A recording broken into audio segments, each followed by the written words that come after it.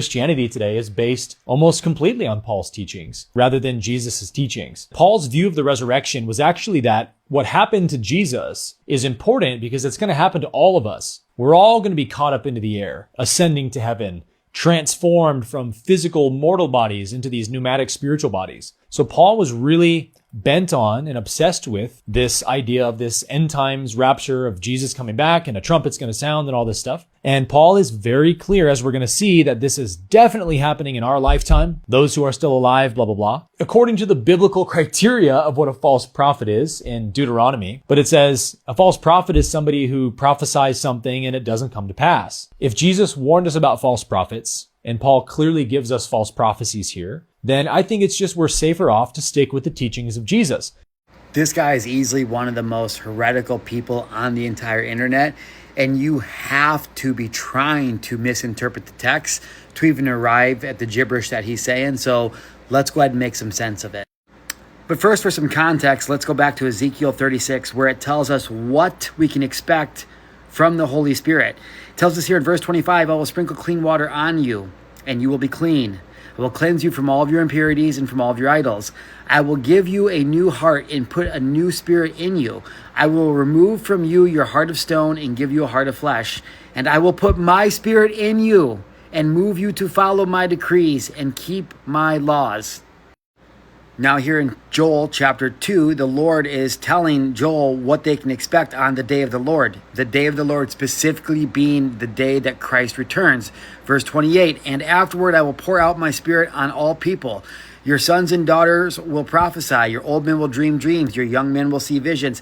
Even on my servants, both men and women, I will pour out my spirit in those days. Verse 30, I will show wonders in the heavens and on the earth, blood and fire and billows of smoke. The sun will be turned to darkness and the moon to blood before the coming of the great and dreadful day of the Lord, the day that Christ returns. Verse 32, and everyone who calls on the name of the Lord will be saved. Now fast forward to Acts chapter 2. Jesus has just ascended back to heaven. It is the day of Pentecost, 50 days after the ascension of Jesus Christ. And all the people, all the Jews are gathering in Jerusalem for a massive festival, okay? This is the day that the Holy Spirit was poured out in the church.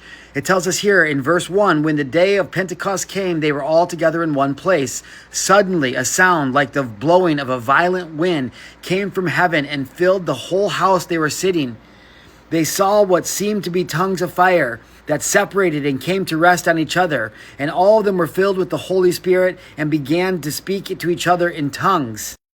They were literally on fire with the Holy Spirit. They spilled out in the street, preaching in each other's tongues. And the rest of the Jews thought they were crazy. They actually thought they were drunk. To which Peter says, drunk, it's 9 o'clock in the morning. Then Peter, the foundation that Christ built his church on, says in verse 16, no, this was what was spoken by the prophet Joel. Now Peter goes on to quote what Joel said and we just read. In the last days, God says, in the last days, I will pour out my Holy Spirit. So understand that the moment that the Holy Spirit came on them at Pentecost is the day that the clock started for end times. We have been living in the end times, in the last days, since that second that the Holy Spirit was poured out.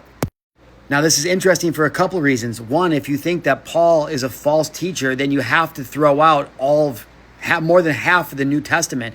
And if you throw out the New Testament and all the epistles that were written by Paul, you also have to get rid of James and John and Peter and whoever wrote Hebrews. All have to be taken out of the Bible, which also means that Revelation is gone because those men who walked with Jesus also walked with Paul.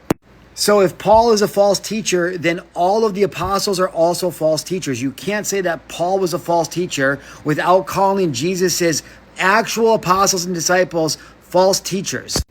But even more important than that, the biggest takeaway is that even they thought that they were living in the last days. Even they thought that Jesus was going to come back at any time. So how much more should we be living every single day, not with licentiousness or listening to clown shoes like Aaron, but living for the return of Christ, which may come back literally at any second because we are living in the end times and we have been since the day that the Holy Spirit was poured out on us as the church at Pentecost in Jerusalem.